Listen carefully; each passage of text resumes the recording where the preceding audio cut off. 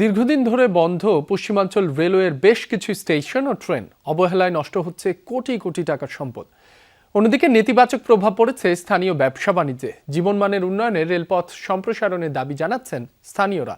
বিস্তারিত তুলে ধরছেন সহকর্মী শফিক ছোটন, ছবি তুলেছেন Sabbir Hossain. A1 SWR Pipe and Fittings. A1 Engineers #1 choice.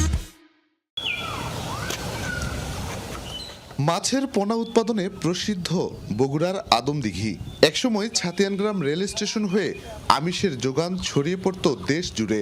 সেই স্টেশনটি বন্ধ 15 বছর ধরে। পরিত্যক্ত প্ল্যাটফর্মে গজে উঠেছে আগাছা লতাগুল্ম। দেখভালের অভাবে নষ্ট হচ্ছে অবকাঠামো, চুরি ও ব্যাহত হচ্ছে মূল্যবান সরকারি সম্পদ। হাঁড়ি পাতিল, সরষা, আলু, মানে কাঁচা যে সমস্ত বাজার এখান থেকে মালটা বুক হতো। অনেক মানুষ বেকারত্ব আছে, তারপরে মনে করেন যে অনেকের ব্যবসা নষ্ট হয়ে গেছে। আগে ছাতিয়ানগ্রাম অনেক জাঁকজমক ছিল, এখানে অনেক দোকানপাট ছিল। মাদুরের জন্য বিখ্যাত হেলালিয়া হাট রেল স্টেশন বন্ধ হয়ে পড়ায় কর্মহীন অনেক মানুষ। ট্রেন আসলো, মাল আমরা নিয়ে আসলাম, ওখান থেকে নামালাম, আবার মাল উঠালাম, আবার মনে করেন যে শহরে এদিকে ওদিকে সেদিকে নিয়ে যাওয়া পারতাম।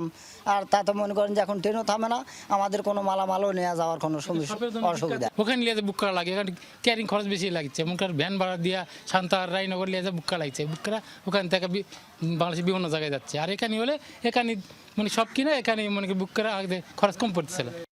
তথ্য বলছে 2008 সালের পর লোকবল সংকটের অজুহাতে এ অঞ্চলে একে একে 46টি লোকাল ও মেইল ট্রেন বন্ধ করে কর্তৃপক্ষ। সেই সাথে বন্ধ হয়ে যায় 70টি রেল স্টেশন। এর নেতিবাচক প্রভাব পড়ে স্থানীয় হাটবাজার ও জীবিকায়নে। যাতায়াত ও পণ্য পরিবহন খরচ গুনতে হচ্ছে 2 থেকে 3 গুণ। মাল উঠতেছিল, মানুষজন উঠছিল, টিকিট করতেছিল, খুব ভালো ছিল। কিন্তু এখন তো লোকাল গাড়ি নাই আর মানুষও হয় না। আগে মালটার বুক হচ্ছিল, মাদুর বুক হচ্ছিল, মুরগি বুক হচ্ছিল, ডিম বুক হচ্ছিল, তামাক বুক হচ্ছিল। কর্মসংস্থান বাড়ানোর পাশাপাশি যাতায়াত ব্যবস্থা ও পণ্য পরিবহন সহজ করতে এ অঞ্চলে রেলপথ সম্প্রসারণের পরামর্শ দিচ্ছেন সচেতন নাগরিকরা। স্টেশনগুলো যেগুলো বন্ধ করে দেওয়া হয়েছে সেটা চালু করা, গাড়ি যেগুলো ছিল লোকাল গাড়িগুলো সেটা আবার পুনরায় চালু করা, এবং এই যে এই ডবল লাইন, এটা এই 3টা বিষয় অতি গুরুত্ব সহকারে দেখে সরকার এবং রেলওয়ে কর্তৃপক্ষ বিবেচনা করবেন। পশ্চিমাঞ্চলীয় রেলপথ উন্নয়নে একটি মেগা প্রকল্প অনুমোদনের অপেক্ষায়। এটি বাস্তবায়ন হওয়ার পর গুরুত্ব বিবেচনায় কয়েকটি ট্রেন ও স্টেশন চালুর উদ্যোগ নেওয়া হবে বলছেন এই কর্মকর্তা।